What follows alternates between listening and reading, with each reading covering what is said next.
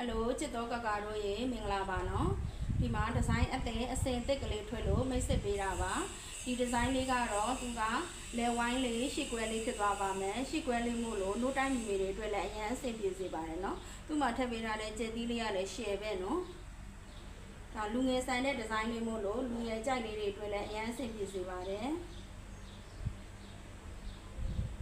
သူ့ရဲ့လက်ကလေးကဒီလိုမျိုးလေးပါကျိုးလေးကတော့ခြိထားလဲရတယ်ချထားလဲရပါတယ်နော်သူ့မှာဒီမှာအိတ်ကက်ကလေးပါပါတယ်ဖောက်အိတ်ကလည်းအကြီးပါတာပါနော်သူ့ရဲ့အာသာချစ်ကလေးကကြတော့သူ့မှာဒီလိုခါခွဲလေးပါပါတယ်ရေးဆိုင်ကကြတော့46 48ရပါတယ်နော်တိတ်ဆိုင်ကကြတော့50ပါဒါလစ်တိုဘောင်းဘီရှည်လေးပါ